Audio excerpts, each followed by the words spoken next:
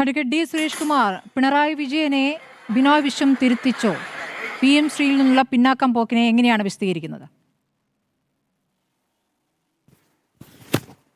കേരളത്തിൽ, ഇന്ത്യയിൽ ഇടതുപക്ഷത്തിനകത്ത്, ഇടതുപക്ഷ മുന്നണികൾക്കകത്ത് യോജിപ്പുകളുടെയും വിയോജിപ്പുകളുടെയും അതുപോലെ തന്നെ പ്രത്യയശാസ്ത്രപരമായിട്ടുള്ള പല കാര്യങ്ങൾക്കകത്തും അഭിപ്രായ ഐക്യവും അനൈക്യവുമൊക്കെ ഇതിനു മുൻപും പല ഘട്ടങ്ങളിലും ഉണ്ടായിട്ടുണ്ട്. ആ ചരിത്രം ഒന്നുകൂടെ ചിലപ്പോൾ ഒരു പക്ഷേ ആവർത്തിച്ചതായിരിക്കാം. അതല്ലെങ്കിൽ ഇനിയും പല ഘട്ടങ്ങളിലും ഇതുപോലുള്ള യോജിപ്പുകളും വിയോജിപ്പുകളും ഉണ്ടായെന്നിരിക്കാം. അതിനെയെല്ലാം കീഴടങ്ങലായും തിരുത്തിക്കലായും ഒക്കെ ചിത്രീകരിക്കുന്നത്, വക്രീകരിക്കുന്നത് ഒരു ശരിയായ വിധത്തിൽ യോജിച്ചൊരു പ്രവണതയല്ല എന്നാണ് എനിക്കിതിനെ സംബന്ധിച്ച് ആദ്യം സൂചിപ്പിക്കാനുള്ളത്.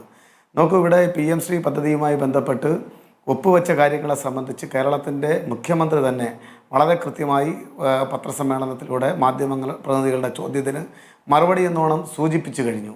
ഈ കാര്യത്തെ സംബന്ധിച്ച് ഇല്ലാത്ത കഥകൾ ഇതിൻ്റെ പിന്നിൽ മെനയുന്നതിനാണ് ചില ആളുകൾ ഇരിക്കുന്നത്. ഇപ്പോൾ തന്നെ BJPയുടെ പ്രതിനിധി വളരെ കൃത്യമായി ചില കാര്യങ്ങൾ പറഞ്ഞു വെച്ചു. അദ്ദേഹം കഴിഞ്ഞ ഏതാനും ദിവസങ്ങൾക്ക് മുമ്പ് പറഞ്ഞത്, ഇന്ന് ഇന്ത്യ ചരിത്രത്തിൽ ആരെക്കുറിച്ചാണോ പഠിപ്പിക്കേണ്ട എന്ന് തീരുമാനിച്ചിരിക്കുന്നത് ആ ആളുകളെ സംബന്ധിച്ച് നിർബന്ധപൂർവ്വം പഠിപ്പിക്കാൻ ഈ PM ശ്രീ പദ്ധതി വഴിയൊരുക്കും എന്ന നിലയിലാണ് പറഞ്ഞത്.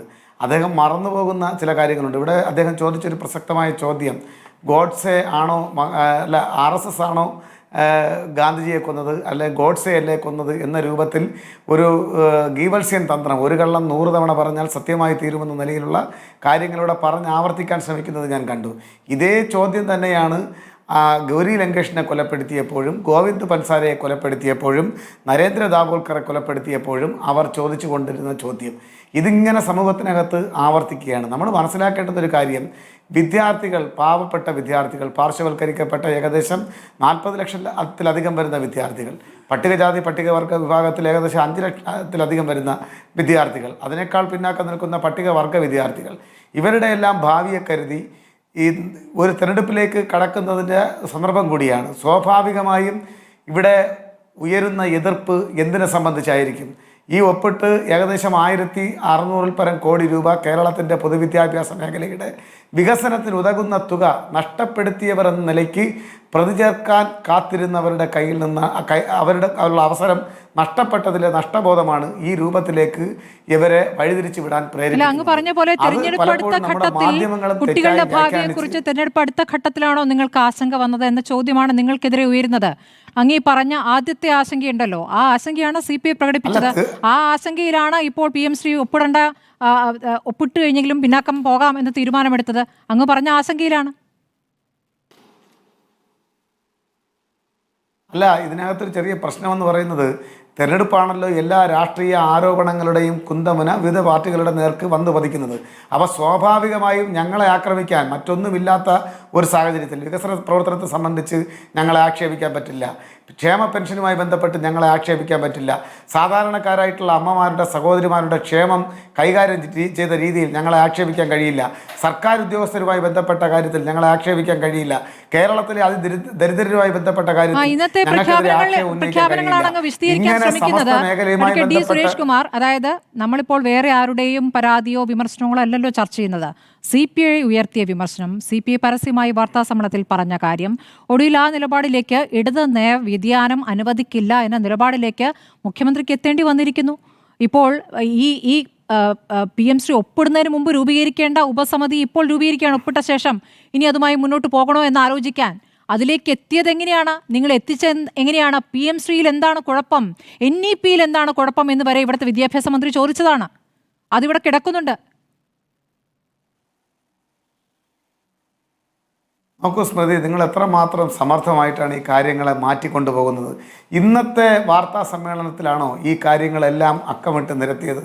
2021 കേരളത്തിൽ 2ാം പിണറായി മന്ത്രിസഭ അധികാരമേറ്റെടുത്ത് ആദ്യ ക്യാബിനറ്റ് യോഗം ചേർന്ന് ആദ്യമായി തീരുമാനിച്ച കാര്യം എന്താണ്?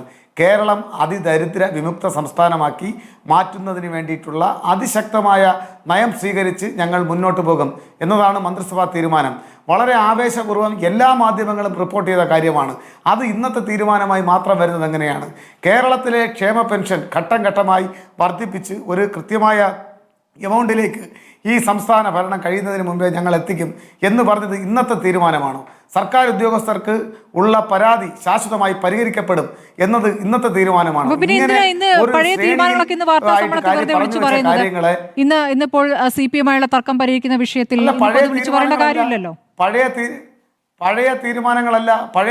പഴയ തീരുമാനങ്ങളല്ല ക്യാബിനറ്റ് തീരുമാനങ്ങളാണ്. ഇപ്പൊ പെൻഷൻ തുക വർദ്ധിപ്പിച്ചത് ഇന്നത്തെ തീരുമാനമാണ്. അതുപോലെ തന്നെ മറ്റ് പല കാര്യങ്ങളും സർക്കാർ ഉദ്യോഗസ്ഥരുമായി ബന്ധപ്പെട്ട് അവർക്കുണ്ടായിരുന്ന ക്ഷാമബത്ത അടക്കമുള്ള കാര്യങ്ങളിലെ പരാതികൾ പരിഹരിച്ചത് ഇന്നത്തെ തീരുമാനമാണ്. അതെ, തദ്ദേശ തെരഞ്ഞെടുപ്പിന് മുന്നോടിയായിട്ടുള്ള പ്രഖ്യാപനമായിട്ട് കൂടി അതിനെ വിലയിരുത്തുന്നുണ്ട് അഡ്വക്കേറ്റ് D. സുരേഷ് കുമാർ. തദ്ദേശ തെരഞ്ഞെടുപ്പ് അടുക്കുമ്പോഴുള്ള ജനപ്രിയ പ്രഖ്യാപനങ്ങൾ, അങ്ങനെ ഇപ്പോൾ ആ ജനപ്രിയ പ്രഖ്യാപനങ്ങളല്ല നമ്മുടെ വിഷയം ഇപ്പോൾ PM ശ്രീയിൽ നിന്ന് പിന്നാക്കം പോയതിനെ കുറിച്ചാണല്ലോ. എന്തുകൊണ്ട് നിങ്ങൾക്ക് ഇപ്പോൾ പിന്നാക്കം പോകേണ്ടി വന്നു? ഇടത് നിലപാട് എന്താണ് എന്ന് CPM-നെ പഠിപ്പിച്ചിരിക്കുകയാണ് എന്നതിലെ യാഥാർത്ഥ്യം. ഇതിപ്പോൾ PM ശ്രീയിൽ എന്താ കുഴപ്പം, NEP-യിൽ എന്താ കുഴപ്പം എന്ന് പറയുന്ന വിദ്യാഭ്യാസ മന്ത്രിയെ തന്നെ ഇത് റിവ്യൂ ചെയ്യാനുള്ള സമിതിയുടെ അധ്യക്ഷനാക്കി വെച്ചിരിക്കുകയാണ്. ഇനി എന്തായാലും ഇതുമായി മുന്നോട്ട് പോകുന്നില്ല എന്നുള്ള വ്യക്തമായ സൂചന മുഖ്യമന്ത്രി നൽകിയിരിക്കുന്നു. മുഖ്യമന്ത്രി പറയാൻ ഇനിയിപ്പോൾ തെരഞ്ഞെടുപ്പൊക്കെ വരികയല്ലേ എന്ന് വെച്ചാൽ ഈ 6 മാസത്തിനിടയ്ക്ക് ഇനി ഇതിലൊരു റിവ്യൂ ഒന്നുമില്ല. ഒരു ഉപസമിതി എന്നൊക്കെ പറയുന്നുണ്ടെങ്കിലും അതിൽ റിവ്യൂ ഇല്ല. ഇനി തെരഞ്ഞെടുപ്പ് വരികയല്ലേ എന്നൊരു വാചകത്തിലെല്ലാം ഉണ്ട്. ഞാൻ അതിലേക്ക് വരാം. തദ്ദേശ സ്വയംഭരണ സ്ഥാപന തെരഞ്ഞെടുപ്പ് ഇനിയിപ്പോൾ 5-ാം തീയതിയോ 6-ാം തീയതിയോ അതിൻ്റെ നോട്ടിഫിക്കേഷൻ വരുന്നു എന്ന ഒറ്റ കാരണത്താൽ കേരളത്തിലെ സാധാരണക്കാരായ അമ്മമാർ, വന്ധ്യവയോധികരായിട്ടുള്ള പിതാക്കന്മാർ, മറ്റ് നിരാലംബരായിട്ടുള്ള സഹോദരിമാർക്കൊക്കെ ഭിന്നശേഷിക്കാർക്ക് ലഭിച്ചുകൊണ്ടിരിക്കുന്ന പെൻഷൻ ലഭിക്കണ്ട എന്നാണോ റിപ്പോർട്ടർ ചാനലിന്റെ തീരുമാനം? അല്ല, അത് ആ തീരുമാനം ഇപ്പോൾ വന്നതിനെ കുറിച്ച് ചോദിച്ചുള്ളൂ. ലഭിക്കണ്ട എന്നല്ല. മാത്രമല്ല, അങ്ങേക്ക് ഇതാക്കണം ലീഡ് എന്നുള്ള ലക്ഷ്യം കൊണ്ട് തന്നെ നാളത്തെ പത്രത്തിന്റെ തലക്കെട്ട് തന്നെ അങ്ങിപ്പോൾ ചർച്ചയിൽ ഉന്നയിച്ചുകൊണ്ട് അങ്ങ് സമർത്ഥമായി അതിലേക്ക് മാത്രം വരികയാണ്. നമ്മുടെ വിഷയം PM ശ്രീ ആയതുകൊണ്ട് ദയവേത് അതിൽ നിൽക്കണം. അല്ലല്ല, ഞാൻ ചോദിച്ച ചോദ്യത്തിലേക്ക് കൃത്യമായി വരും, അതിന് കൃത്യമായി മറുപടി പറയും. പക്ഷേ നിങ്ങൾക്ക് അജണ്ടയ്ക്കനുസരിച്ച് കാര്യങ്ങൾ ക്രമപ്പെടുത്തുന്നതിന് വേണ്ടി ഗവൺമെന്റ് ചെയ്യുന്ന അറിയിച്ചിരുന്നല്ലോ. അല്ലല്ല, നമ്മളൊരു വിഷയം ചർച്ച ചെയ്യുമ്പോൾ ആ വിഷയം മാത്രമേ സംസാരിക്കാവൂ. അതിനപ്പുറത്തേക്ക് ചില അതിർവരമ്പുകൾ നിശ്ചയിച്ചിട്ടുണ്ട്. ആ അതിർവരമ്പുകൾക്ക് പുറത്ത് ഒരു ഇഞ്ച് പോലും പോകാൻ ഞങ്ങൾ അനുവദിക്കുകയില്ല എന്ന നിഷ്കർഷ നിങ്ങൾക്ക് ഉണ്ടാകുന്നത് എപ്പോഴാണ്? അത് വ്യക്തിപരമായ താല്പര്യങ്ങളുള്ളപ്പോഴാണ്. അങ്ങനെ പോകരുതെന്നാണ് ഞാൻ പറഞ്ഞത്.